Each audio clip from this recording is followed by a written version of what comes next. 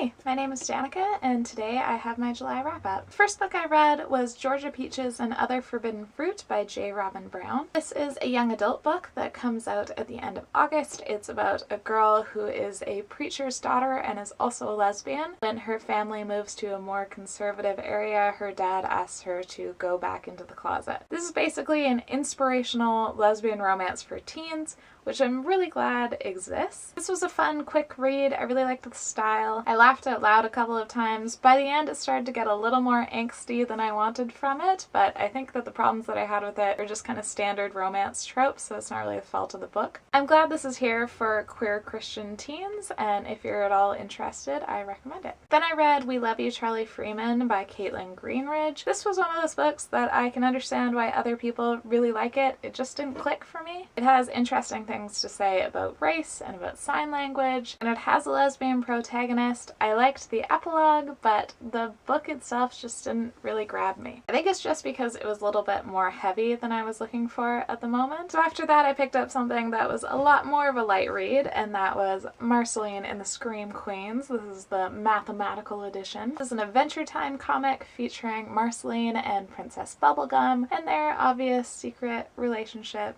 Not really, but kind of. My Goodreads review says in its entirety, could be gayer, but I liked it, which I think sums up my view as well. Then I read Marion by Ella Lyons, and this bills itself as a lesbian Robin Hood, which I was really excited about, but it just doesn't live up to that premise. It's very short, and it just doesn't have a lot to do with the original story. So even though it wasn't bad as a novella, it just wasn't what I wanted from it and what it kind of promised itself to be. I also read Under Threat by Robin Stevenson, and this is a tiny little YA book. This is part of the Orca Sounding series, which has what's called high-low books, which is high interest, low reading level, which is really great because it means that older teens or adults who have lower reading levels can still read things that are really interesting to them. This is about Franny, who has a girlfriend that she is madly in love with.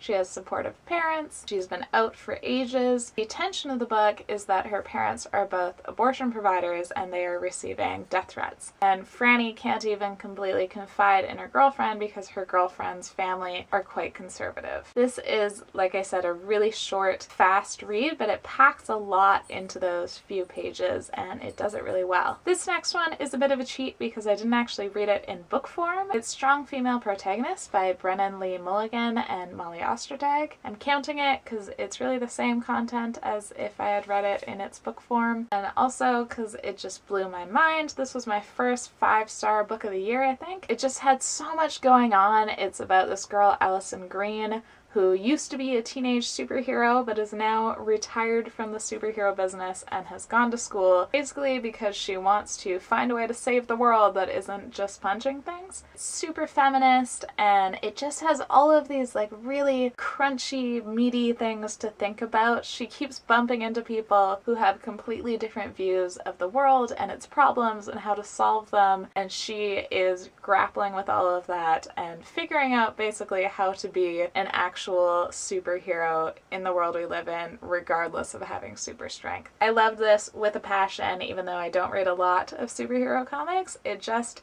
has so much to think about, and it's one I want to reread. I would love to read this with people so you could discuss things that are happening because it has a lot of moral questions and just philosophical discussions. I also love the art, and it's funny. It has everything going for it. I loved it. The next book I read was also a 5-star book, and that was Sexual Fluidity by Lisa Diamond. This wasn't a perfect book, but it was life-changing for me. I have a huge review of this up the Lesbury, which I will link below. The short version is it completely changed my views about sexual orientation and identity, and it made me reinterpret my own romantic history. It was the most affirming thing to read as someone who has always felt, but especially lately, that I don't fit into the traditional narrative about coming out and about patterns of attraction. The main problem is that this is pretty cis-sexist. I still think it's worthwhile for the sheer amount of research into how women experience sexual attraction to different genders. It's such a relief to read something like this that made me just feel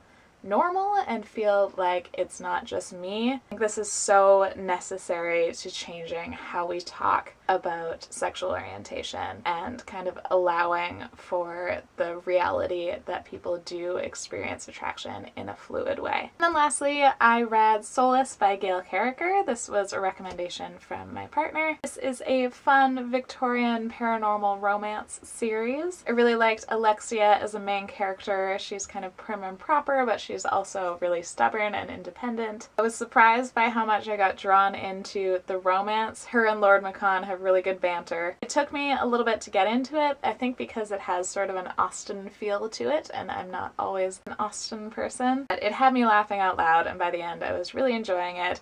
And then when I finished it, Ron told me that he realized it doesn't even have the character in it that he was basically recommending it for. So I'll have to continue with the series and meet that character in the later volumes because I already like it, so I'm sure I'll like it even more when I meet that character. And those were all the books that I read in July. I powered through Solace last night so that I could go out today and get Harry Potter and the Cursed Child, so I'm planning to just sit down, plow through that one before I get spoiled by the internet. So I'm gonna go do that now, and thank you for watching. Bye!